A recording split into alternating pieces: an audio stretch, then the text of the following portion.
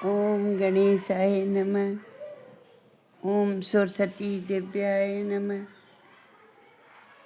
ओम गुरुदेवाय नमः।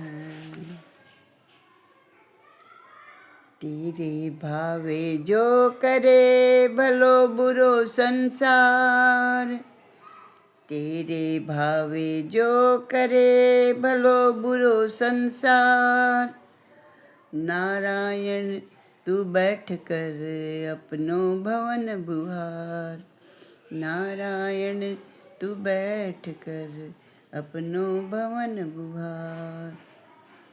दो बातन को याद रख जो चाहे कल्याण, दो बातन को याद रख जो चाहे कल्याण, नारायण एक मौत को दूजो श्री भगवान, नारायण एक मौत को दूजो श्री भगवान।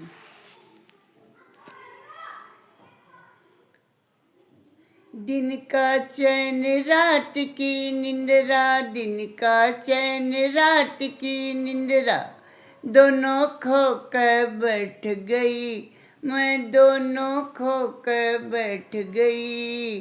अरे मोह माया के चक्कर में मैं नाम हरि का भूल गई, मोह माया के चक्कर में मैं नाम हरि का भूल गई। दिन का चैन रात की निंद्रा, दोनों खो कर बैठ गई, मैं दोनों खो कर बैठ गई। अरे मोह माया के चक्कर में मैं नाम हरि का भूल गई, मोह माया के चक्कर में मैं नाम हरि का भूल गई। सप्तम स्कंद में सुखदेव जी कहते हैं कि हे राजा परीक्षित, ये पूरा संसार मोह माया के चक्कर में हरि का भजन भूल जाता है, हरि का सुमरन भूल जाता है। इसीलिए इस भव सागर से पार होने के लिए जो है ना, हरि नाम जो नौका है उसका तो सहारा लेना ही पड़ेगा, नहीं तो ये आवागमन से छुटकारा बड़ा मुश्किल है। सुखदेव जी कहते हैं कि हे परीक्षित, ठाकुर जी पुष्प चंदन मिठाई इनसे प्रसन्न नहीं होते, ठाकुर जी तो भाव के भूखे हैं, उन्हें तो प्रेम का प्रसाद चाहिए, प्रेम का भोग चाहिए। उनका कहना है कि मैंने जो ये संसार बनाया है सब जड़ और चेतन मेरा ही स्वरूप है, सबसे सद्व्यवहार करो, शुद्ध व्यवहार करो, सबसे प्रेम करो, सबके सुख और दुख में शामिल हो। जिसका हृदय शुद्ध होता है, जिसके भाव शुद्ध होते हैं, वो भक्त मुझे बहुत प्रिय है, वो वैष्णव मुझे बहुत प्रिय है। जब व्यवहार शुद्ध हो जाता है तो भक्ति में आनंद आने लगता है, औरों के प्रति घृणा, द्वेष, बुरे विचार अगर रहेंगे तो भक्ति कैसे हो सकती है। ठाकुर जी अपनी भक्ति के माध्यम से मानव को सबसे प्रेम करना सिखाते हैं, सबके प्रति सद्भावना रखना सिखाते हैं, सबके प्रति दयावान बनना सिखाते हैं। यही तो भक्ति का स्वरूप है। सब में ईश्वर की भावना रखना, ऐसी शुद्ध भक्ति से ठाकुर जी रीझ जाते हैं। ऐसे ही प्रेमी से भगवान मित्रता करते हैं, भाईचारा निभाते हैं, कभी पुत्र बन के, कभी पिता बन के, कभी पति जैसा सुख देते हैं। हे परीक्षित, संसार में रहना है तो वाणिज्य भी करना होगा, व्यापार करना ही होगा। लेकिन व्यापार को भी तो भक्ति बनाया जा सकता है।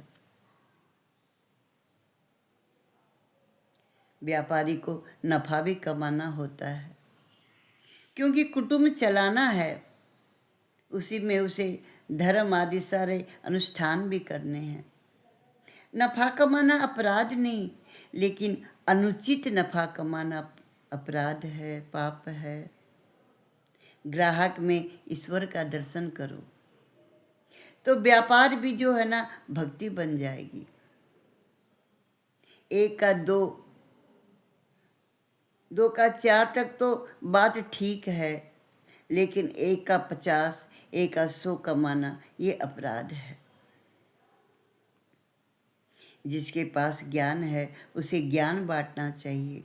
जिसके पास धन है, धन के द्वारा लोगों की सहायता करनी चाहिए।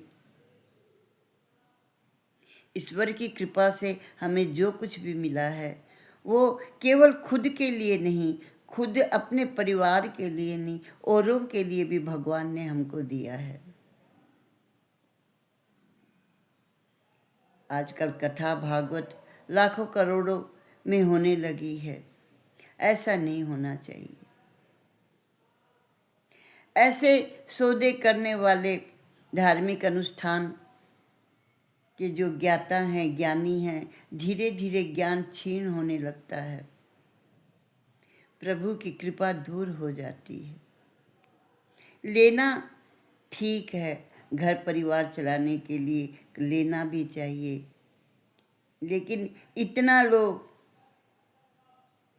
कि हर आदमी खुशी से कथा करवाने का आयोजन कर सके।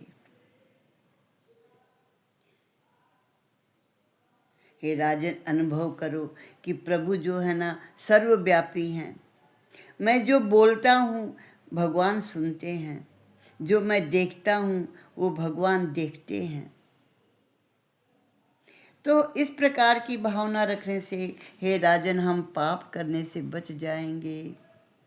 हर जीव में परमात्मा का अनुभव अगर हम रखते हैं तो हिंसा से बच जाते हैं। शारीरिक पाप समाज दुनिया देख सकती है, शरीर के द्वारा जो पाप बनता है उसको दुनिया देख सकती है, लेकिन मानसिक पाप तो केवल ईश्वर ही देखते हैं। हमारे यहाँ तो पशु भी पूजनीय हैं। भैरव बाबा के, भैरवनाथ का वाहन कुत्ता है, माता शीतला का वाहन गधा है। हमारे यहाँ तो कुत्ता गधा भी तिरस्कृत नहीं है, सब पूजनीय है, क्योंकि ठाकुर जी सबके अंदर चैतन्य रूप से विराजमान है। गुरु चरणों में, संत चरणों में अडिग विश्वास करो, उनका आश्रय लेकर के अपना कल्याण करना चाहिए। गुरु के बिना ज्ञान प्राप्त नहीं होता, तो भक्ति दृढ़ नहीं होती। गुरु सोच समझ कर बनाना चाहिए। जो गुरु बनाते हैं उनके शिष्यों का भार जो है ना गुरु खुद वहन करते हैं। शिष्य अगर पाप करता है तो न्याय करते समय गुरु से पूछा जाता है कि तुमने अपने शिष्य को पाप करने से क्यों नहीं बचाया। शिष्य का भार गुरु के ऊपर आ जाता है, इसलिए सोच समझ करके मंत्र दान करना चाहिए। एक महात्मा की दृष्टि ऐसी थी कि वो सब में परमात्मा का दर्शन करते थे, सर्वव्यापी परमात्मा उन्हें दिखाई देते थे। एक दिन एक व्यापारी गृहस्थ महात्मा जी के पास आया और उन्होंने कहा, मुझे भी भगवान का दर्शन करना है। महात्मा ने कहा, तुम ही तो भगवान हो। व्यापारी बोला, नहीं नहीं नहीं, ये कैसी बात करते, मैं ईश्वर नहीं हूँ। तब महात्मा ने कहा, तुम ईश्वर नहीं हो तो ऐसा समझो कि मेरे सिवा सब ईश्वर है। जगत को ईश्वरमय समझो, जगत को ईश्वरमय देखो।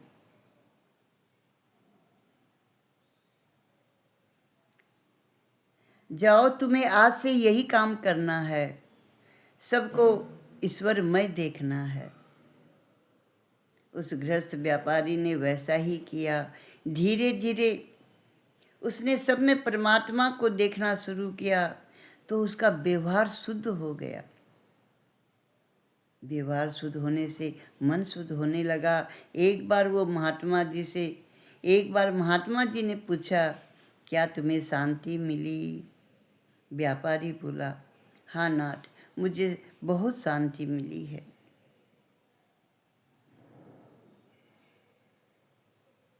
महात्मा ने कहा, तुझे ईश्वर के दर्शन करने हैं तो एक बात पर अडिग होना होगा। अगर सब में ईश्वर नहीं दिखाई देता तो तुम्हें सबसे मोह का त्याग कर देना होगा। कि सब में ईश्वर है ही नहीं तो फिर मुझे मोह कैसा? और जिसने दुनिया बनाई है, जिसने तुझे बनाया है, जो तेरे प्राणों का संचार करता है, उस दृष्टा को ईश्वर मान करके ध्यान, जगत से जो है मोह तुम्हारा छूट जाएगा। और दृष्टा यानी भगवान से प्रेम हो जाएगा, ईश्वर से प्रेम हो जाएगा। फिर तुम्हें साक्षात भगवान के दर्शन होंगे। महात्मा जी ने 2 मार्ग बता दिए। जो दृश्यमान है वह ईश्वर है, जो कुछ दिखाई देता है वह ईश्वर का स्वरूप है, ऐसा मान लो। दूसरा, जो अदृश्य है, जो हमें दिखाई नहीं देता है, जो दृष्टा है, सबका साक्षी है, तो वो ईश्वर है। एक मार्ग को निश्चित कर लो, भक्ति मार्ग में सफलता मिलती है। परमात्मा को प्रसन्न करने के लिए उच्च शिक्षा की जरूरत नहीं, बहुत संपत्ति की भी जरूरत नहीं, ऊंचे कुल की भी आवश्यकता नहीं, न ब्राह्मण होने की आवश्यकता है। ईश्वर को कोई भी प्राप्त कर सकता है। परमात्मा शुद्ध हृदय, शुद्ध भावना, शुद्ध प्रेम से प्रसन्न हो जाते हैं। आजकल के पढ़े लिखे लोग तर्क करते हैं, पहले चमत्कार दिखाओ, परमात्मा तुम्हारा कहाँ है? अरे भाई, चमत्कार तो जादूगर करते हैं। रुमाल से कबूतर उड़ा देते हैं, हाथों से रुपया निकाल के लुटा देते हैं और अंत में कटोरा लेकर के सबसे रुपया मांगते हैं। ठाकुर जी का तो व्यवहार है भाई ऐसा कि पहले मुझे नमस्कार करो और फिर चमत्कार देखो। पहले तुम मेरे मित्र बन जाओ, फिर मेरी मित्रता को देखो। पहले मुझसे संबंध स्थापित करो, फिर मैं संबंध निभाऊंगा। लोग कहते हैं भगवान भोग खाते नहीं, फिर भोग क्यों लगाते हो? ईश्वर भोग के भूखे नहीं, ईश्वर तो भाव के भूखे हैं, वो भावग्राही हैं। जिनका व्यवहार कुशल नहीं है वो परमार्थ कैसे कर पाएंगे? पहले व्यवहार को कुशल करो, तभी तुम्हारा परमार्थ सिद्ध हो पाएगा। जिसका भाव भी शुद्ध नहीं है वो भक्ति कैसे कर पाएगा? गजेंद्र तो अनपढ़ पशु था, उसमें कोई तपस्या भी नहीं थी, लेकिन भाव जब उसका शुद्ध बन गया और प्रेम से उसने प्रभु को पुकारा, भगवान तुरंत दौड़े दौड़े आ गए। भक्ति से, प्रेम से भगवान मिल जाते हैं। 2.5 आखर प्रेम का, पढ़े सो पंडित होय। प्रेम के बस में भगवान सबरी घर आए, प्रेम के बस में भगवान सबरी घर आए, प्रेम के बस में भगवान सबरी घर आए। सबसे ऊंची प्रेम सगाई, सबसे ऊंची प्रेम सगाई। दुर्योधन का मेवा त्याग्या, दुर्योधन का मेवा त्याग्या, सागर विदुर घर खाई, सबसे ऊंची प्रेम सगाई।